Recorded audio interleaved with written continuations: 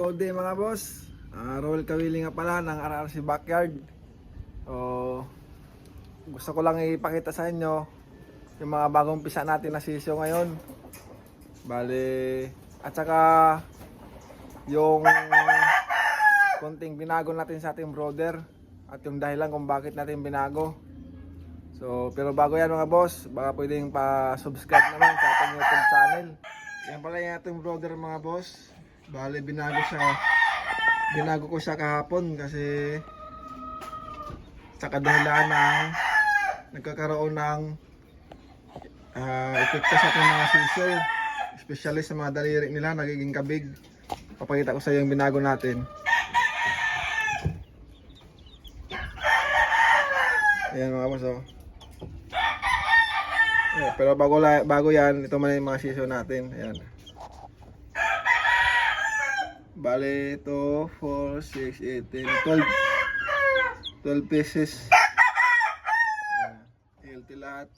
Pero meron pa tayong papisa mga boss. Mga 10 siguro yun. 10 piraso. Siguro sa mga linggo yun. May pisa. Mga kasama nyan. And ito naman yung binago natin mga boss. Yan. Dati yung nakalagay dyan, binistay na buhangin. Yan, makikita nyo meron pa rin sa loob, sa ilalim. Kaso ang problema mga boss, bago sila mag isang buwan, meron namang lumalabas na kakabig. Hindi naman siya inborn eh. Nagkakaroon ng kabig.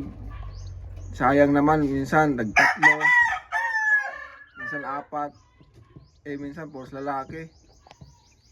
Nakapangayang naman.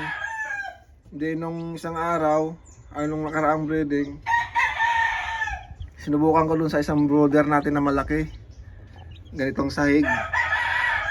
Wala namang naging kabig sa mga sisiw nung tumungtong ng isang buwan. Kaya kako baka lang dito sa buhangin. Kaya ang ginawa natin ngayon mga boss, para maiwasan, ayan, ginawa ko sila kahapon ng tungtungan. 2x2 lang yan kabilaan. Then steel matting. Tsaka natin nilagyan ng yung screen ng tawag dito, yung plastic.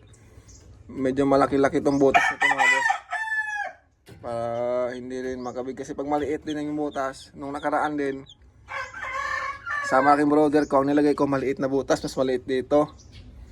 Ang nangyari, meron paling kabig.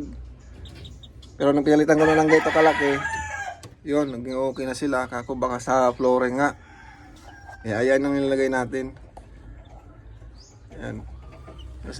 Panigurado naman, walang mamamatay dito eh. Ang inaisip ko lang yung kabig, pagiging kabig lang talaga yung natin, yung pinagdadaanan natin dito. So, sana nito, wala na. Ayun lang mga boss, no?